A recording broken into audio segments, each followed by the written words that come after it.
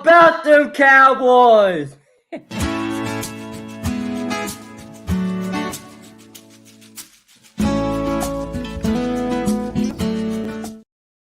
Welcome, everyone, to the More Than Philly Sports Talk Show. And as Gavin said, how about them Cowboys? It's not the best win, but a win is a win. Welcome to the More Than Philly Sports Talk Show. It's great to be here on Monday, November 2nd, 2020.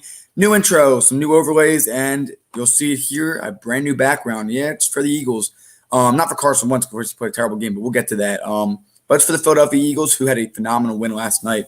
In that fourth quarter, they really ran away with it, giving the pick six, the touchdown at the end of the third quarter.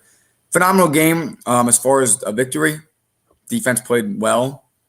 Again, Cowboys still have not scored a touchdown in the link since 2 years ago on Sunday Night Football. But, of course, there are concerns, but, of course, it's a win, so let's enjoy it for a minute. But, Gavin, first of all, how are you doing today? Well, I'm great. I'm great, Zach. And listen, first of all, I hope everybody had a great weekend, great Halloween. Zach, how about you? I know you went to the game last night. I did. And I'm looking for a few people. I'm looking for our great friend, John Warner. Zach, I know you might run into John in school when you go back. And I'm looking for my own cousin, Trent, our great friend of the show. Trent, when you watch us, just let you know, we want you on here. You got some explaining to do about your Cowboys. But Zach, I'm splendid. I am splendid.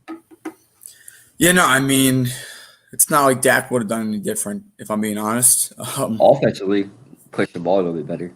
They scored 9 points last year against the Eagles. They scored 9 points this year against the Eagles. But that's irrelevant. The fact of the matter is that the Eagles are in first place, and very much so do they control their own destiny. However, there are some serious concerns coming up. First of all, great team win. Team win, that is.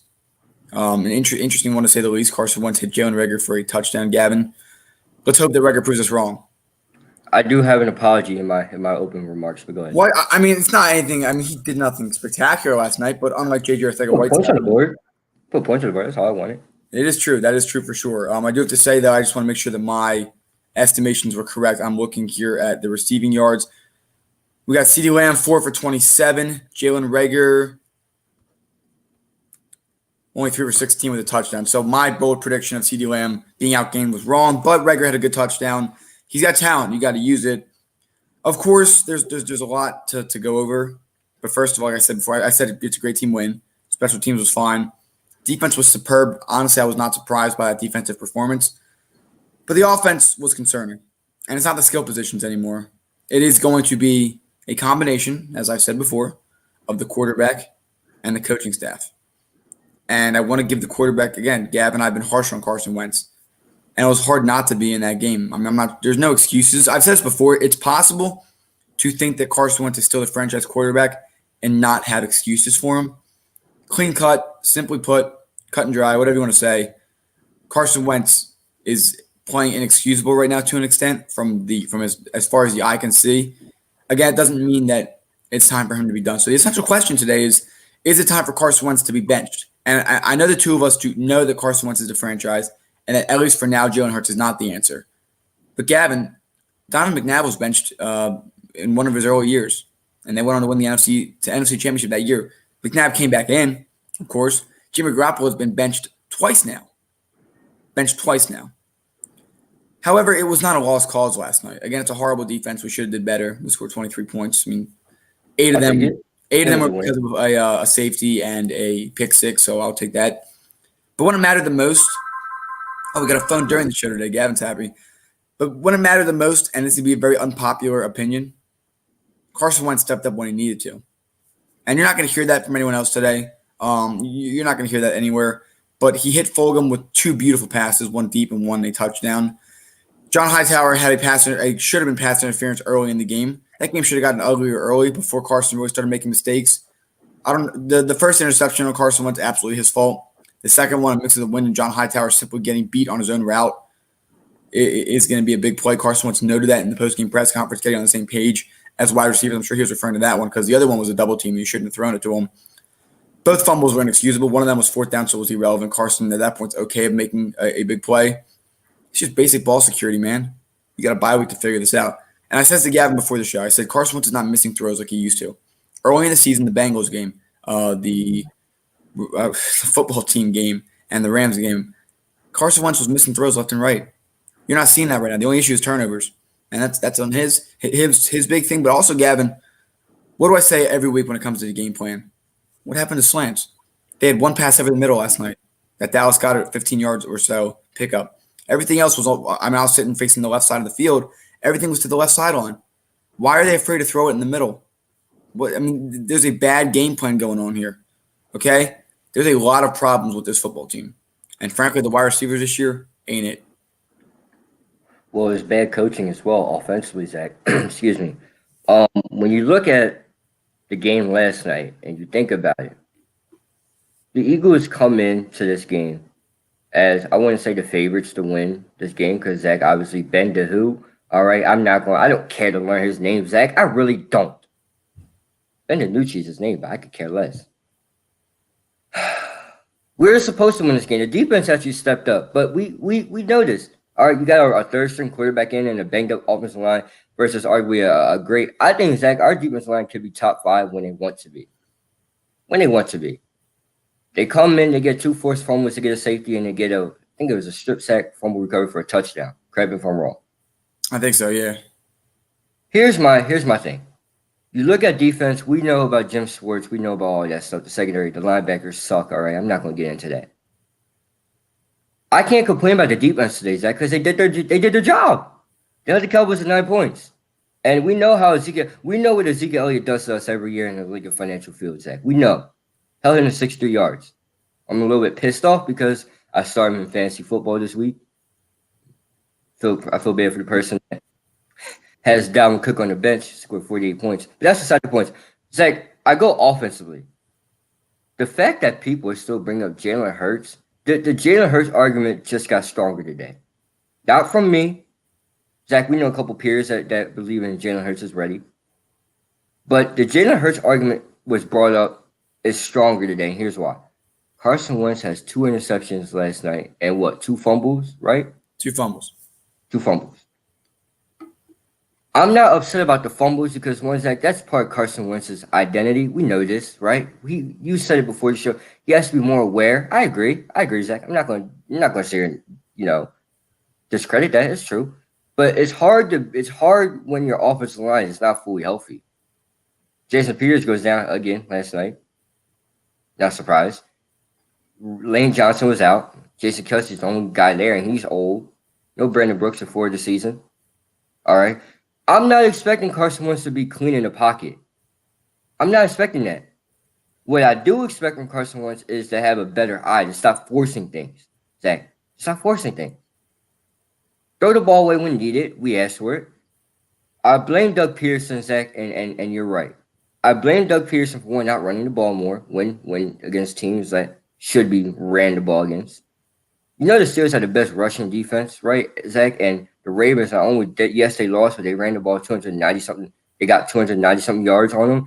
And Miles Sanders busted a 71-yard touchdown run against them. Okay. What does that have to do with anything? You make the offense simple for Carson Wentz. You did it for It worked. They did it against when they faced adversity on the Giants. That playbook became real simple, real fast. They played with tempo. They won't do that during these games. They stall out.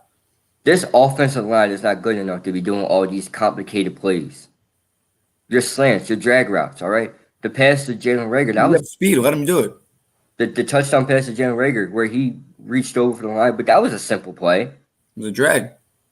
Exactly. Make the offense simple. What did the Steelers do for Ben Roethlisberger? They made it simple. You see a lot of out routes, a lot of slants, Big Ben hasn't thrown a deep ball at all this year. Damn it. And I watched a lot of the Steelers games. He has not thrown one deep ball to clear-cut memory I can remember.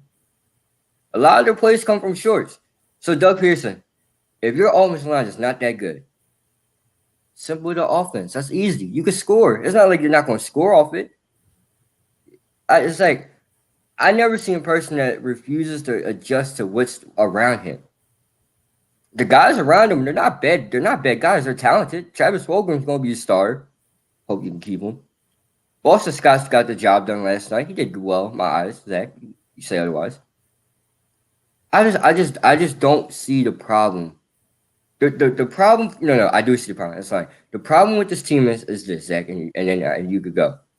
Doug Pearson's play call. Carson Wentz forcing the ball, and the defensive play calling that sometimes. Carson Wentz statistically last year and the year before played really well, and people were still calling for his benching. The constant in these last 3 years, even though Carson's playing bad now, is the coaching staff. I think you got to look back on not just these past 7 games, but last season and the season before. I think we're at 8 games actually. What are we, 3-4-1 now? So 8 games. 3-4-1. Halfway through the season. And the schedule gets a lot tougher from here despite how tough it's been already. Well, Zach, too, there was a statistic this year that this is the only NFC East team that won back-to-back games this year. That is not hard to believe for me. Coming up after this, around the NFL, could Drew Lock actually begin to get into the MVP conversation? The Packers lost. The Lions, unfortunately, also lost. So I'm only 2 for 3, but we'll cover that after this. We are now offering a new product on our Teespring. Wear a mask in public. We are now supporting a custom-designed mask with our logo on it. Purchase it today, and 10% goes to a foundation of our viewer's choice. It offers a full nose and mouth coverage, single-sided print, includes 2 2-inch elastic ear loops, non-medical grade product, and finally, $1 from every mask sale is donated to a nonprofit to feed children in need. Enjoy today's episode. All right, Gavin, poor Justin Herbert. That Chargers team, they blew a 24-3 lead or something like that. I'm going to pull up around the NFL here. I'll read through them all in a minute, but Gavin, I just got to ask you, man, what are your thoughts on this Broncos-Chargers game? Well, first of all, Zach, the record of the team's record for the Chargers does not reflect on how Justin Herbert played. But Zach, that was a great Broncos defensive game they played. There was a pass, Zach, I recall, where Justin Herbert throws it up in the end zone. Mike Williams jumps up for it and never had it. The corner catches off the helmet and then traps it with his one hand, and it's a pick. Justin Herbert looked like a nice MVP candidate. I think Joe Burrow is a career lock. My guy Tua. MVP or Rookie of the Year? Rookie of the Year. Okay. Rookie of the Year. When it comes to Justin Herbert as a whole, he's going to be a star. Zach, and you know I was against Justin Herbert when he was first drafted. He's going to be a star in this league. But that was a great defense. I think yesterday was the first game I could say that Justin Herbert met his match almost defensively. I mean, look at the stats, Zach. He threw 2 interceptions, 2 touchdowns. That's not bad. He threw the ball 43 times, completed 29 of them. All right, that's not bad. That's actually really good for him. But it's kind of hard when the guys around you aren't helping you. It's difficult. You don't have Austin Eckler in the backfield. All right. Mike Williams and Keenan Allen are hit or miss. And then the Broncos defense is no slouch in the secondary. All right, they're still good. They still scored 30 points. Yeah, exactly. They still scored 30 points. It's just, once again, Zach, it's like they can't close the game. That's the real thing. They just can't close the game. Without a doubt. I mean, the big thing, too, you have Drew Lock start the game with an interception, just terrible. And they're down what? I mean, you start the games pretty strong for them. Broncos give 3, it's 14-3, 24-3, and then 7. Then you rip off 28 straight against this team. Drew Lock, 26 of 41, 248, 3 touchdowns, and an interception. Of course, at this point, I mean, the MVP race is down to 2 candidates. So my bold prediction, of course, is not true. But I do have to say this. Your thing was out. Is there some promise in Denver that this could be their quarterback of the future? I'm skeptical on that, Zach. I really am. I have to say a little bit more.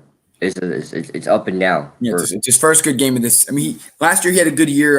This year he's battling injury, so it's hot and cold. I just see a little bit more.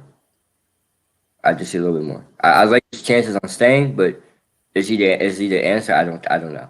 And this is like they've had a lot of starting quarterbacks since they won the Peyton Manning mistake earlier in the decade. So let's go around the NFL then. Gavin, we'll start it off with the Minnesota Packers and the Green Bay Minnesota Packers. Wow. Green Bay Packers and the Minnesota Vikings. It's a good one. It's a new team. Combine them. First time Kirk Cousins has won in Lambeau Field. Dalvin Cook, I played against him in fantasy. Went on an absolute tear. Dalvin Cook was running with vengeance yesterday, Zach, and here's the thing. I feel bad for anyone that had Dalvin Cook on their bench yesterday. 48 48 fantasy points, Zach. 48. That's some people's teams only score 50 points some weeks. 48. Zach, Dalvin Cook single-handedly won them that game yesterday. I don't believe in Kirk Cousins won them at all. All right. And talk about bad. That was bad Packers defense running. They just had no answers with Dalvin Cook. So that was bad Packers defense. That was a good game, bad Packers defense. I agree. So here's the question. And last year, what was the theme for the Packers in the NFC Championship game? Could not stop the run. Yesterday, the Vikings held true to it. Are the Packers in trouble now? I don't think so. As long as the guy on offense is having, and I'm not even talking about Aaron Rodgers, Devontae Adams. It's what you said about Alvin Kamara. As long as his legs are moving, that's how far the Saints will go. Well, I'm gonna say as long as Devontae Adams' hands are working, that's how far they're gonna go. And as long as Aaron Rodgers stays healthy as well, he took a nasty shot at the end of the game. But as long as those two guys are there, it's gonna be a problem. And you get Aaron Jones back pretty soon, we're gonna be okay. You'll see. And so the next game coming up here, a big shocker, Titans-Bengals, not the game that we expected at all. Gavin, what are some of your reactions from that? Is Ryan Tannehill really that guy? And where the hell is the Tennessee defense? Where is it? Jadeveon Clowney, where are you? Where no one on this day is like last week. You go back to last week, they couldn't get a stop on third down versus the Steelers. They couldn't. And Big Ben played horrible in that game. Also played horrible yesterday too, but came back to win. But Zach, the real question is Ryan Tannehill being overrated? I think so. I really do believe so. Good 2-3 weeks. He's good for 2. Exactly. He got hot in the playoffs. Did he get hot? I think it was Derrick Henry. I don't think he was worth the money, Zach. Derrick Henry had a good game too, over 100 rushing yards. Fun fact, first time ever that Derrick Henry rushed for more than 100 rushing yards, and the Titans lost. And the only game, of course, we know who they lost to last year, the Kansas City Chiefs. Our lock of the week, I think there's not a question about it. They completely destroyed the Jets. Nothing to be surprised about there. Zach, I think I speak for me and you. Fire Adam Gase, right? They're going to go 0-16. I don't know how you go from me. They were 7-9 last year. They were 6-2 in their last 8 games, but they've completely blown up. It's not funny. Trevor Lawrence is going to go there. And coming up next here, the Colts and the Lions. Not much shock here. 41 points for the Colts. Gavin, we were talking about Phillip Rivers last week on whether or not he was balling out or not. Turns out he was this game, 41-21. Kenny Galladay His pieces. Good. His pieces were working, Zach. Marlon Mack, and the other running back. You didn't see much of Jonathan Taylor yesterday, which was surprising to me. But the other guys were working.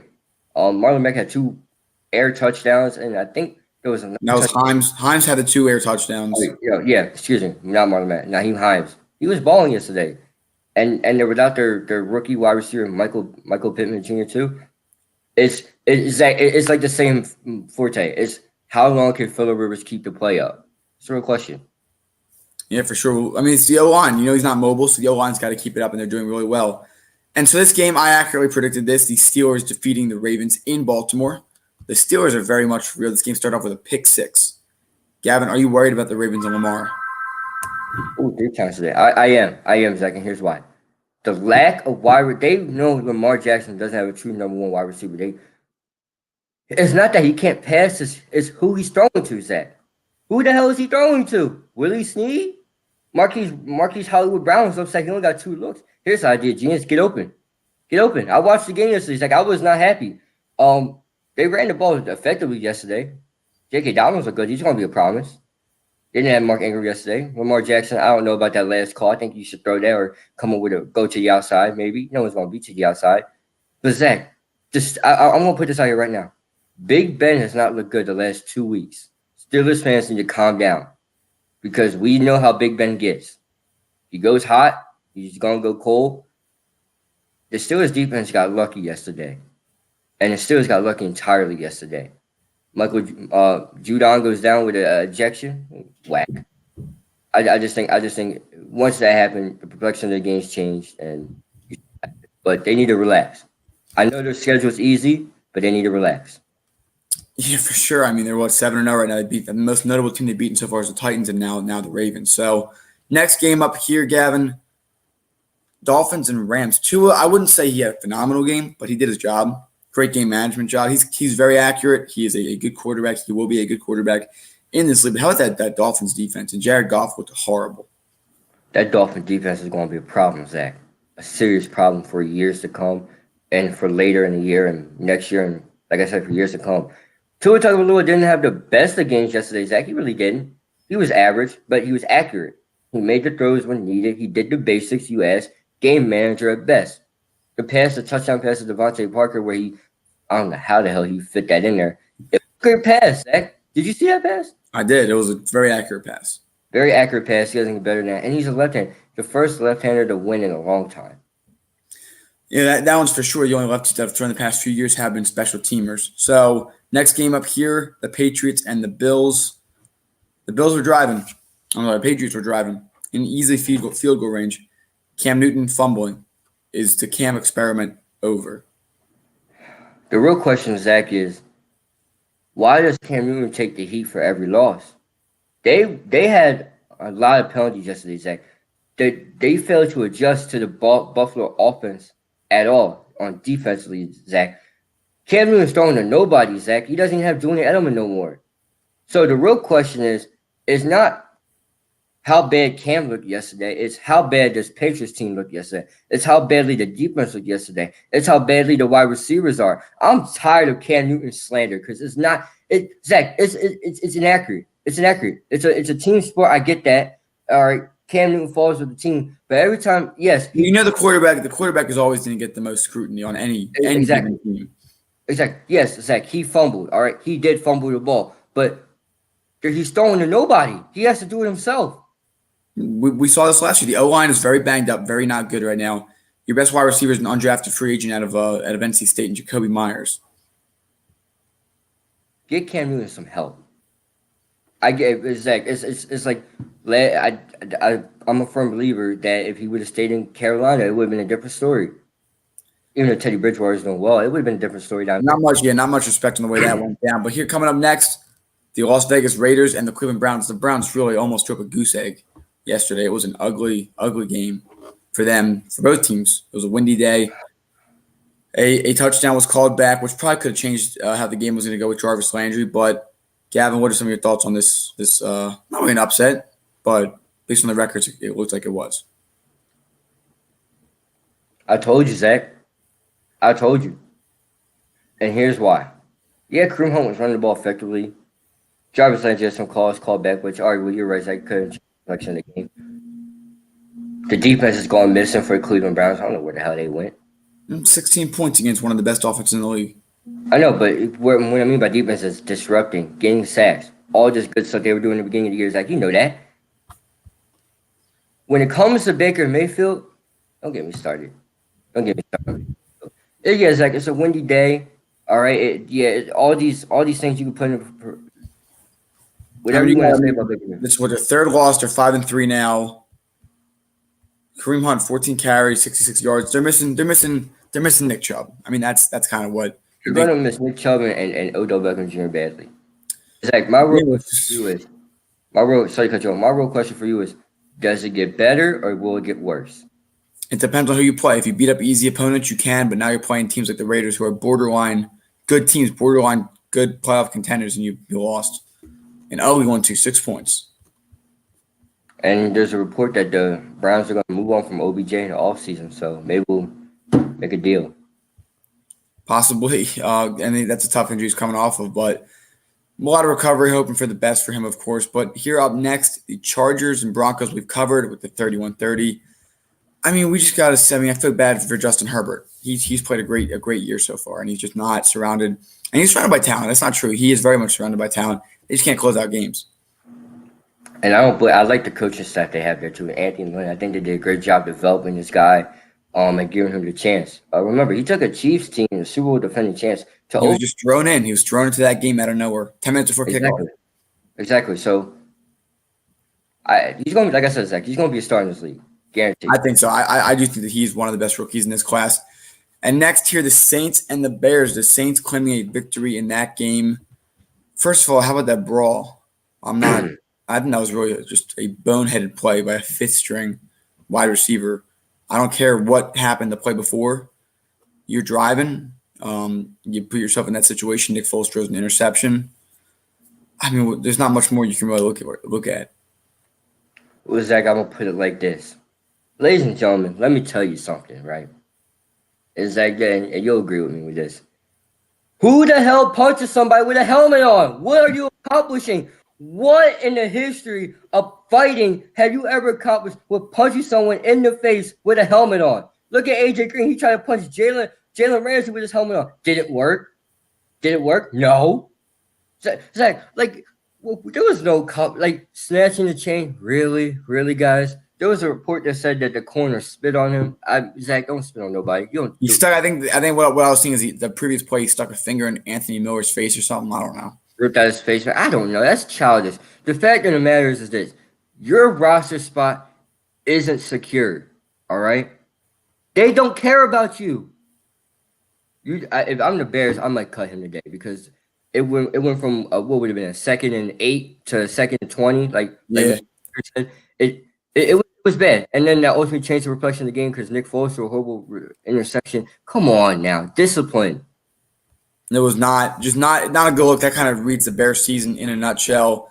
But to go onto the game aspect of it, Zach, the Bears are up early. They're up early, and the Saints were down. They actually didn't look well at all. They haven't looked good all year. They've just been getting fortunate. They've just been getting saved by Alvin Kamara in the run game. Nothing else. And we'll have to say, I don't think the Saints are anywhere near the contenders that they were a few years ago. I have a feeling Michael Thomas is getting traded by the deadline. This injury is getting dragged out way too long. A hamstring injury that goes for week. An ankle, a hamstring, COVID, fighting. Discipline. He went from ankle to discipline to COVID, and now it's hamstring. Just go out and put Michael Thomas on the trade block. Just say you didn't want him no more.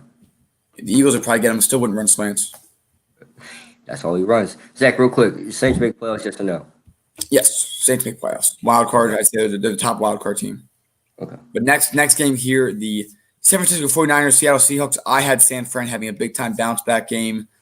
But, I mean, same thing a few weeks ago. Garoppolo gets benched again. You blame the injury. He looks uncomfortable back there. He doesn't look bouncy. His ankle definitely is bothering him. At what point do you just say he's not a good quarterback? I mean, there are a few things I do have to say about that, though, because ever since Jimmy G came there, that's when they started doing well.